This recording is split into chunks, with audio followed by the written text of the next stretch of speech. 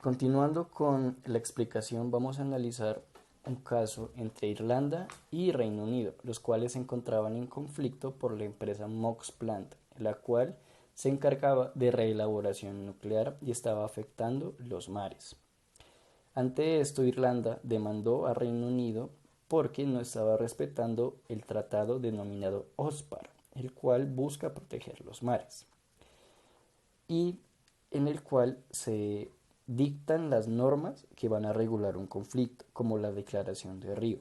Pero ante esto, Reino Unido manifestó que esa declaración no fue ratificada por su gobierno, más aún sí fue aceptada, por lo que en conclusión se busca respetar el bien más que poner una norma por encima de la otra. Ahora bien, continuando, vamos a analizar la OMC, la Organización Mundial de Comercio, y uno de los casos que más se podría analizar de él, el cual es un caso de una empresa cazadora de tortugas y las mismas tortugas, las cuales están siendo protegidas por la comunidad internacional. Ante esto podemos deducir que se debe analizar cada tratado que se ha referido ante este tema y cada resolución, por específica que sea. Otro caso que podemos analizar es el de Corea y la carne vacuna en el año 2000. En este la solución fue basarse en el acuerdo entre las dos partes. ¿Por qué? Porque Encontramos tres cuestiones especiales. La primera de ellas se refiere al alcance de la referencia que contiene dicho apartado del artículo 31.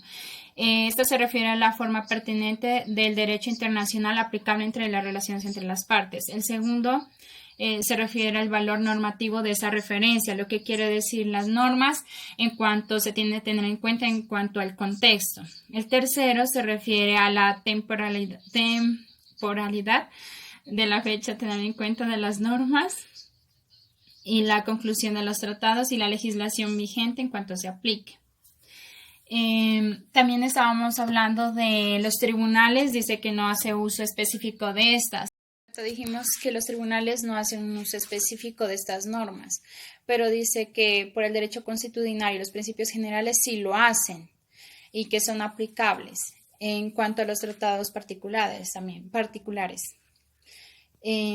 También hace referencia a los recursos y normas que tengan el mismo nivel de generalidad y fuerza vinculante en cuanto a la interpretación de esas normas y los aspectos en donde aparezcan entrar en conflicto.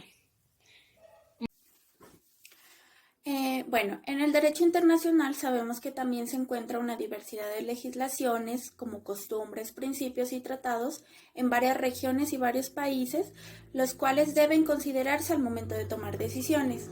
Pero también deben haber mecanismos para poner orden y prelación a las normas que se deben aplicar. Por ejemplo, existen principios humanitarios prevalentes denominados los jus cogens, los cuales significan que hay unos principios internacionales los cuales son innegociables o pueden ser indiscutibles, como por ejemplo tenemos la esclavitud o tortura, lo cual no se da en muchos países, o no se da. Igualmente, los países se acogen a los pactos universales como la Carta de las Naciones Unidas o la jurisprudencia, en casos específicos, pero que luego tienen una fuerza vinculante en otros países. Para buscar armonizar las diferentes disposiciones internacionales y nacionales en la solución de un conflicto, se da la aplicación al apartado C, párrafo 3 del artículo 31, que habla sobre la Convención de Viena, sobre el derecho de los tratados en el sentido de integrar normas y principios buscando la solución a un caso en específico. Esto es lo que se denomina integración sistemática normativa, es decir, no enfrenta las normas, sino que las adecúa a un caso en concreto. Les aplica las reglas generales, pero también el contenido de los tratados propios o similares. Es importante establecer que hay unas cuestiones especiales. La primera, que debe siempre considerarse cuáles son las normas que deben tenerse en cuenta. Y dos, con respecto a la importancia de los derechos que se deben tener en cuenta, que no sería serio jurídicamente dar preferencia al derecho general sobre los tratados porque perderían su razón de ser.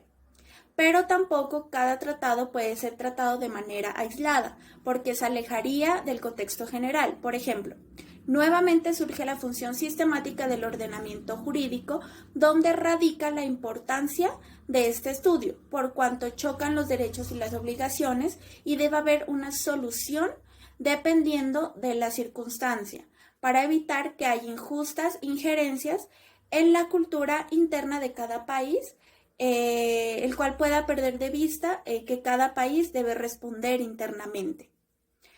Y la otra sería la intemporaneidad, que es algo muy importante, que consiste en el estudio de las normas a aplicar de acuerdo a cada momento del conflicto o la necesidad. En este caso existe un debate si se aplican las normas a la firma del acuerdo o posterior a la firma del acuerdo, las cuales se pueden aplicar cambios normativos teniendo en cuenta la evolución de la historia y las circunstancias. La doctrina nos dice que se debe buscar la intención de las partes, por ejemplo en el tratado, donde les pusieron que se aplican las normas vigentes a la firma del tratado, o también en el tratado pueden decir que no, que es estático, y someterse a la evolución de las normas de acuerdo a las circunstancias, o también pueden ocurrir que en el tratado se incluyan normas tan generales que se puedan aplicar disposiciones específicas anteriores o posteriores. Bueno, esto es todo. Les agradezco por su atención. Muchas gracias.